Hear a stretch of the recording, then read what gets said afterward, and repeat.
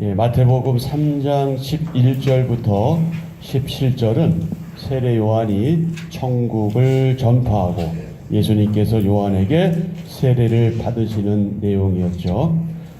마태복음 3장 11절부터 17절의 주제는 세례를 받는 겸손, 의를 이루는 순종. 요한은 불로 세례를 베풀지만 예수님은 성령님과 불로 세례를 베푸시며 알곡은 곳간에 드리고 쭉정이는 태우실 것입니다. 예수님이 요단강에 오셔서 요한에게 세례를 받으시자 하늘이 열려 예수님에게 성령님이 임하시고 하늘로부터 내 사랑하는 아들이요 내 기뻐하는 자다 하는 소리가 들립니다. 4장 1절부터 11절은 예수님께서 시험하는 자, 곧 마귀에게 세 가지 시험을 받으신 내용이죠. 주제는 오직 말씀으로 시험을 이깁니다. 아멘. 오직 말씀으로 시험을 이깁니다. 예수님이 성령님에게 이끌려 광야로 가서 40일 밤낮 금식하십니다. 마귀가 예수님께 만일 하나님의 아들이라면 돌이 떡이 되도록 명하라. 성전 꼭대기에서 뛰어내리라. 내게 경배하면 천하 만국을 주리라 라고 시험합니다. 예수님이 말씀으로 마귀를 물리치시니 천사들이 나와 수정됩니다. 4장 12절부터 25절의 주제는 예수님께서 천국을 전파하시고 4명의 어부들을 부르시죠. 그리고 3대 사역, 즉 가르치시고 전파하시고 병자를 치유하신 내용입니다. 주제는 어둠의 땅에 선포되는 천국 복음. 세례요한이 잡힌 소식을 들으신 예수님은 나사렛을 떠나 가버나움에 가십니다. 이때부터 세례요한이 외쳤던 것처럼 회개하라 천국이 가까이 왔다 라고 전파하시고 베드로와 안드레, 야고보와 요한을 제자로 부르십니다. 온 갈릴리를 다니시며 회당에서 가르치시고 천국 복음을 전파하시며 모든 병과 악한 것을 고치십니다. 자, 오늘 5장 1절부터 16절은 복 있는 사람과 복 있는 사람의 정체성인 영광, 즉 소금과 빛이죠. 자, 오늘의 주제는 천국 시민이 살아가는 방식. 천국 시민이 살아가는 방식. 오늘의 말씀 요약 다 같이 봅니다.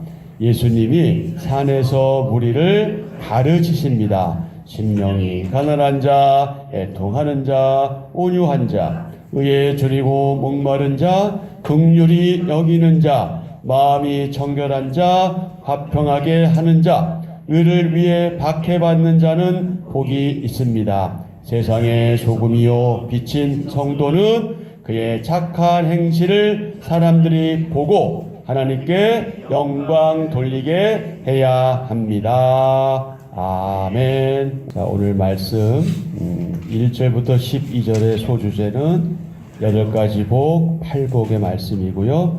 13절부터 16절은 세상의 소금과 빛, 영광이죠. 소금과 빛. 예수님은 8가지 팔복 선언으로 산상수훈, 산상복음을 시작하십니다. 이 팔복의 구절을 보면 처음과 마지막에 천국에 대한 약속이 반복되지요. 자, 3절 심령이 가난한 자는 복이 있나니 천국이 그들의 것이비요. 아멘. 10절 의를 위하여 박해를 받은 자는 복이 있나니 천국이 그들의 것입니다.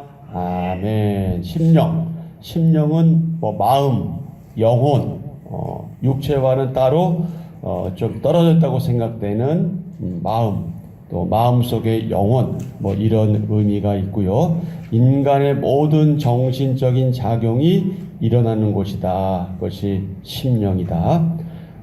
하나님을 인식하고 하나님을 찬양하며 하나님께 충성을 다짐하는 자리, 그것이 바로 이제 심령으로 그렇게 구약의 성도들은 이해했습니다. 복은 여러분 이미 잘 아시는 것처럼 이 구약에서의 복의 의미는요, 좀 물질적이고 이 현세적인 이 땅에서 받는 복, 즉 실제적으로 받는 복을 많이 표현하고 있어요. 근데 그에 비해서 신약에서는요, 예수님을 믿고 구원받은 자들이 하나님께 받을 하늘의 신령한 복, 즉 영적인 복을 강조하고 있습니다. 그렇다고 구약에서는 하나님 주신 영적인 복을 생각하지 않은 게 아니고요. 또 신약 시대 때 물적인 복은 없다는 건 아니고요. 주로 강조점이 이제 그러했다는 겁니다. 복의 근원은 누구시다? 당연히 하나님이시죠. 가장 큰 복은 바로 하나님 자신이고 그 복을 우리는 나타내 보여야죠. 우리는 복의 통로로 그렇게 사용되어야 하지요. 자, 7절에 보면은 긍휼이라는 말씀이 나오죠. 긍휼, 사랑하며 치근히 여기는 것, 사랑하며 치근히 여기며 상대방을 그 모습 그대로 받아주고 은혜를 베푸는 것, 이것을 긍휼이라고 합니다. 하나님의 긍휼하신 성품이 가장 극적으로 나타나신 사건이 무엇입니까? 바로 죄인을 구원하시기 위해서 메시아 그리스도께서 인간의 육신을 입으시고 성육신하신 사건이죠. 하나님의 백성이 이 세상에서 긍휼을 베풀며 살아가야 하는 이유가 바로 이것 때문이다. 즉 그분께서 먼저 그렇게 하셨기 때문이다. 자, 10절에 보면은 박해란 말이 나오죠. 박해. 개종이나 배교를 강요하기 위해서 개인이나 집단에게 육체적이고 정신적으로 어떤 형벌을 가하는 행위를 박해라고 하죠. 생명을 담보로 해서 박해하는 경우도 많고요. 네로 시대에는 기독교 박해가 좀 일반적인 일이었습니다. 그래서 이 팔복에서 이런 말씀들을 주시며 결국 3절과 10절에서 천국에 대한 약속이 반복된 것을 볼 수가 있습니다. 팔복에서 중요한 주제가 무엇이냐? 바로 천국, 하나님 나라다. 그러니까 둘째 복부터 일곱째 복까지는 미래 시제인 반면 첫째 복과 여덟 번째 복은 현재 시제다. 천국은 죽어야 들어갈 수 있는 사후 세계만을 말하는 것이 아니다. 그래서 우리는 보통 이미 임했다. 하나님 나라 천국이 이미 임했다 이렇게 말하고 있잖아요. 그 천국이 임한 그 시점은 구체적으로 언제냐? 메시아께서 이 세상에 오신 그때로부터 하나님 나라는 이미 임했다. 그러나 아직은 완전하게 임하지 않았죠. 그때가 언제입니까? 주님께서 재림하실 때, 바로 하나님 나라가 완전 이루어질 때 그때죠. 그래서 천국, 하나님의 나라의 개념에 말할 때 이미와 아직이라고 그렇게 표현하기도 합니다. 천국의 핵심은 하나님의 임재와 통치입니다. 임재는 함께 하시는 거고요. 통치는 그분의 주권적인 다스림이죠. 마음이 세상으로 가득한 사람, 불의와 타협하는 사람은 하나님의 통치를 받을 수 없습니다. 받을 수 없다는 표현보다는 받지 않죠. 거부하죠. 이 어리석게도. 마음이 가난한 사람, 의를 위하여 박해받는 사람에게 천국이 주어진다. 자, 11절, 12절. 의를 위하여 박해를 받은 자는 복이 있나니 천국이 그들의 것임이라. 나로 말미암아 너희를 욕하고 박해하고 거짓으로 너희를 거슬러 모든 악한 말을 할 때는 너희에게 복이 있나니 기뻐하고 즐거워하라. 하늘에서 너희의 상이 큼이라. 너희 전에 있던 선지자들도 이같이 박해하였느니라. 아멘. 성도는 다 같이요. 성도는 천국을 이 땅에서 미리 경험하고 그것을 전하기 위해 부름받은 사람입니다. 아멘. 성도는 하나님 나라를 이 땅에서 이미 미리 경험하고 그것을 전하기 위해 부름받은 사람입니다. 자, 그 약속을 누리고 전하기 위해서 내게, 나에게, 우리에게, 저와 여러분에게 필요한 것은 무엇인지 오늘 하루 동안 묵상하면 좋겠습니다. 자, 우리 잘 아는 말씀이죠. 세상의 소금과 빛. 성도는 교회의 소금이라기보다는, 물론 교회에서도 소금이 돼야죠. 교회 공동체에 대해서도 소금의 역할을 감당해야 되겠지만 특별히 어디의 소금이다? 세상의 소금이다. 세상에서 우리가 내야 할 맛은 어떤 맛이다? 한마디로 말해서 하늘의 맛이다. 우리가 이 땅에 살지만 우리는 이미 이만 하나님 나라에 살고 있는 하나님 나라의 백성으로서 하늘의 맛을 내야 되는 사람이다. 우리가 하늘의 맛을 잃어버리고 세상의 맛으로 변질되면 어떻게 된다? 밖에 버려져 밟히는 진노를 겪게 될 거다. 13절, 너희는 세상의 소금이니 소금이 만일 그 맛을 잃으면 무엇으로 짜게 하리요? 후에는 아무 쓸데없어 다만 밖에 버려져 사람에게 밟힐 뿐이다.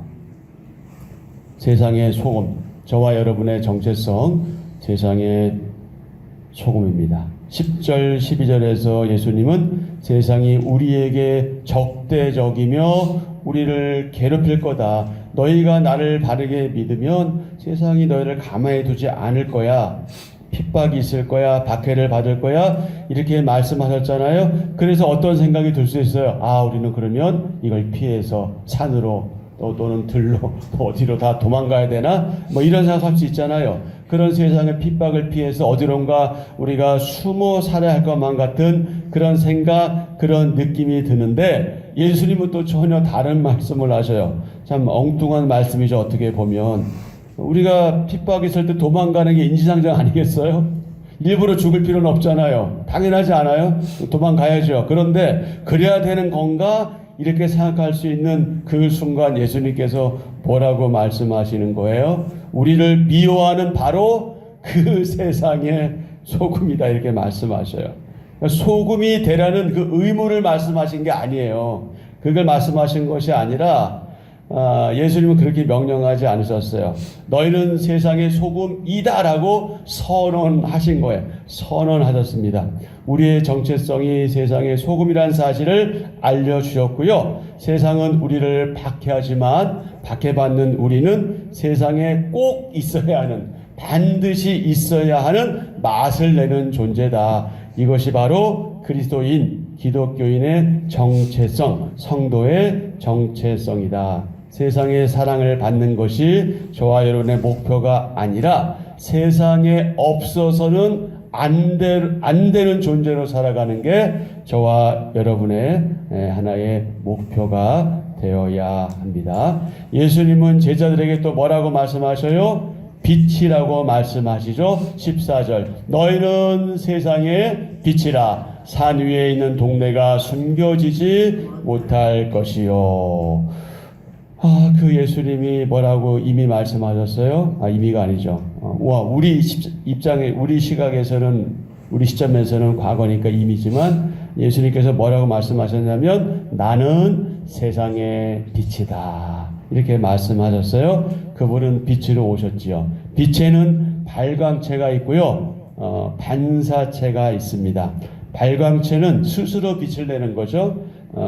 태양과 같은 그런 존재라면 반사체는 빛을 받아, 태양을 받아서 다시 비추는, 마치 밤에 떠 있는 달과 같은 존재, 이것이죠. 그래서 우리는 스스로 빛을 내는 존재가 아니다. 여러분, 우리가 빛을 내는 존재가 아니에요. 우리는 빛을 반사해서 그 빛을 나타내는 그런 존재죠. 다 같이요. 참 빛이신 예수님의 영광을 세상 가운데 나타내야 하는 영적 반사체입니다.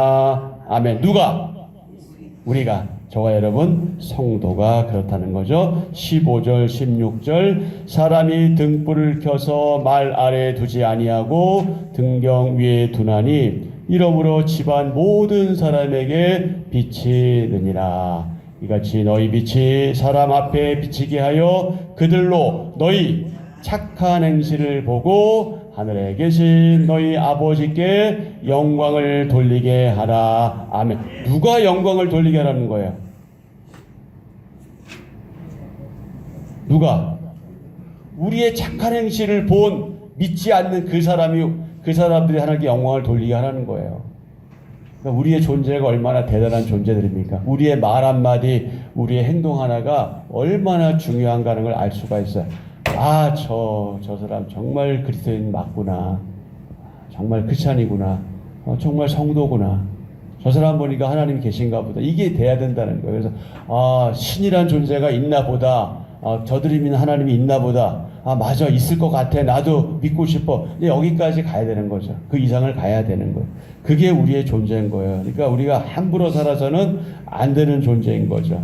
그런데 우리가 연약하다 보니까 순간순간 연약함이 드러날 때가 있죠. 근데 그때마다 여러분 좌절할 필요 없어요. 그 연약한 게 당연한 거예요. 그건 합리화하고 정당하다는 의미가 아니라 우리가 어떻게 완전한 존재겠어요. 중요한 건 뭐냐? 잘못한 게 그게 문제가 아니라 잘못한 이후에 우리가 어떻게 하냐가 중요한 거예요. 바로 반성하고 바로 돌이키고 바로 회개하고 다시 우리가 갈 방향성으로 바로 가는 게 중요하죠. 우리의 정체성을 또 회복하고 우리가 누구인지 알고 우리가 어떻게 살아가야 하는 존재인 것을 깨닫고 그렇게 또 살아가는 거죠. 그렇게 우리는 살아가는 겁니다. 언제까지? 주님이 우리가 살아갈 때 오시거나 아니면 우리가 죽어서 주님께 가기 바로 직전까지. 세상에서 하늘의 맛을 내는 역할과 영적 반사체 역할을 우리는 저와 여러분은 어떻게 감당하고 있는지 오늘 하루 동안 깊이 묵상하시면 좋겠습니다. 예수님은 산 위에 올라가셔서 무리와 제자들을 가르치시죠. 복 있는 자에 대해서 세상과 다른 가치관으로 말씀하십니다. 세상에서 약하고 소외받고 무시당하는 자가 하나님을 더욱 가까이 만날 수 있습니다. 하나님은 우리가 내세우고 자랑하는 것을 통해서가 아니라 우리의 착한 행실을 통해서 영광을 받으십니다. 자, 우리는 누구입니까? 우리 한번 같이 하실까요? 나는 세상에서 구별된 존재다.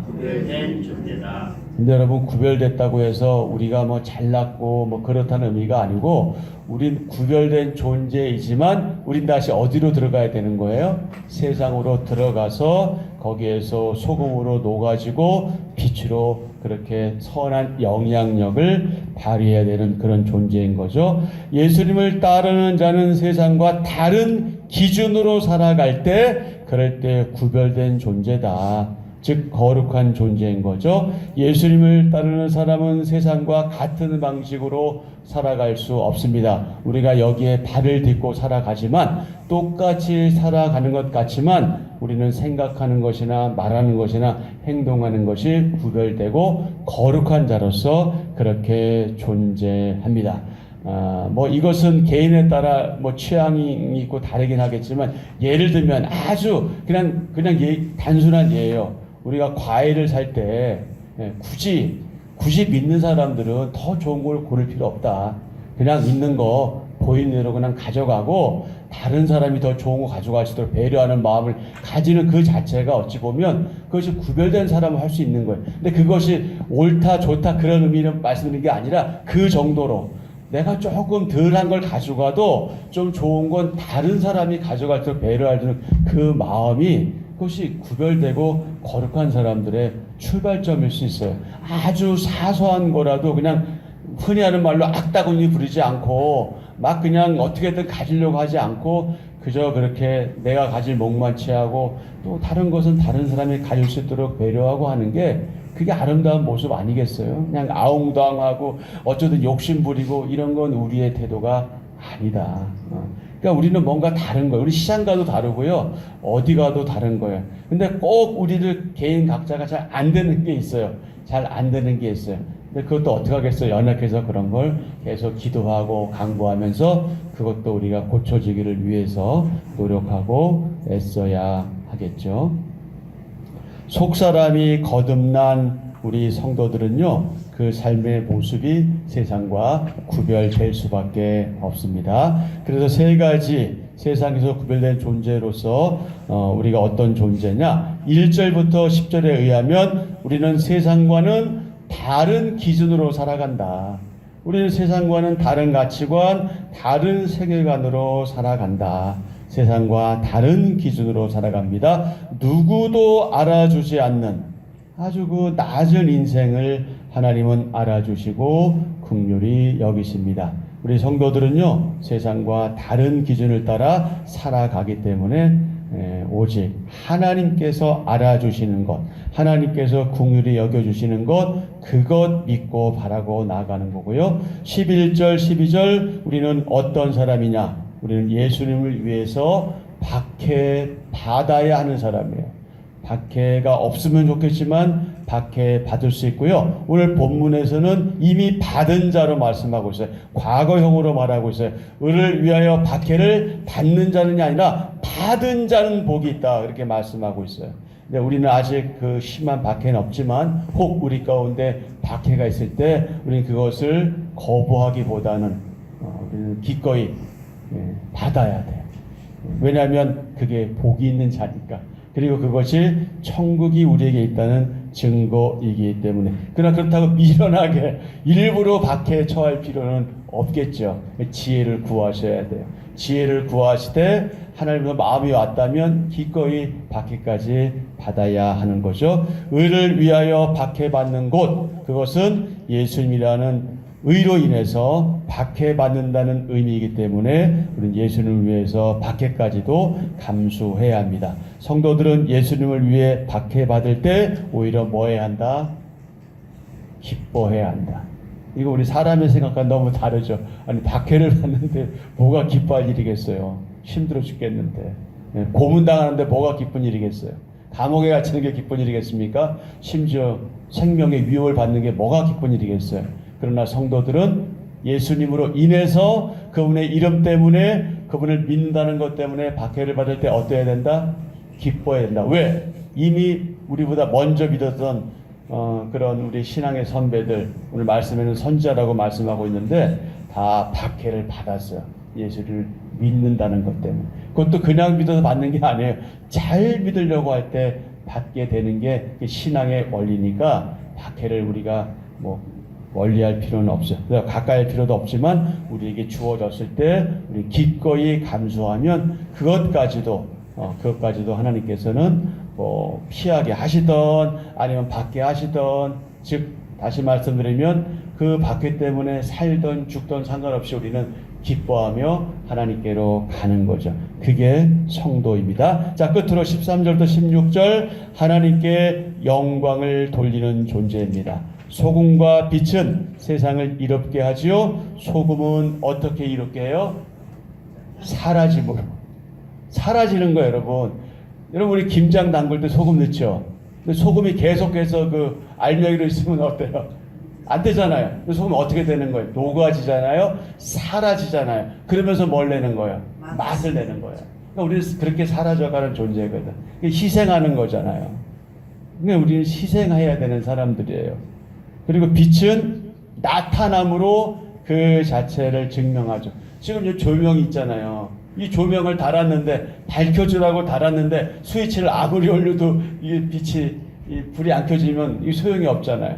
빛은 밝혀주라고 있는 거고요. 소금은 녹아지고 사라지라고 있는 거예요. 결국 두 가지의 공통점이 뭐예요? 소금과 빛의 공통점은 헌신하고 희생하는 것이다. 그게 우리가 해야 될 마땅한 사명이다. 그래서 우리 성도들은 세상에서 소금과 빛의 역할을 감당해야 한다. 만약 예수님을 모르는 사람처럼 살고 있다면 여러분 진짜 예수님을 모르고 살 수도 있어요. 교회 생활을 하고 있어도 예수님이 누구신지, 하나님이 누구신지 모르고 살아갈 수 있어요. 충분히 그럴 수 있습니다. 저도 지금까지 그런 분들 많이 봐왔고요. 그럴 수 있습니다. 그러나 제가 계속 강조하지만 그 판단은 우리가 할 판단은 아니다. 다만 우리 교회 내에 있으면, 우리 같은 공동체에 있으면 다 하나님의 사람인 줄 알고 그렇게 대해주고 그렇게 바라봐주고 그렇게 함께 협력하면 되지, 괜히 다른 생각하고 저 사람 믿음이 있네 없네 이런 것까지 우리가 생각할 거는 없습니다. 그러나 이건 안타까운 거죠. 예배당에 나오고 교회 생활하고 있는데 시간도 오래됐고 심지어 직분도 맡고 있는데 예수님을 알지 못한다고 한다면 이게 참 안타까운 일이겠죠. 우리가 그걸 안다고 할 때 어떻게 해야 되겠습니까? 그를 위해서 기도해야 되겠죠. 다른 방법이 없어요. 우리가 어떤 말로 그를 설득할 거고 어떤 말로 그들을 믿게 하겠습니까? 그저 그냥 그렇게 기도하고 기회를 주셨을 때 잘 복음의 도리를 전해주면 되는 거죠. 예수님을 진정으로 만난 사람은 어떤 모습으로 살아가는 거예요? 구별된 모습으로, 거룩한 모습으로 살아가는 것, 그것이 말씀의 원리입니다. 그러나 우리 모두는 다 부족한 사람들이고 우리는 진행형에 있는 사람들이에요. 그러니까 그렇게 조금씩 성장해져 가고 성숙해져 가고 있으니 그렇게 서로 손에 손잡고 그렇게 함께 더불어 협력하면서 선을 이루어가는 선한 공동체 되어야 하겠습니다. 자, 한 절 묵상입니다. 하나님은 고아와 과부에게 관심이 많으십니다. 예수님이 베푸신 많은 기적의 동기는 연약한 사람들에 대한 긍휼이었습니다.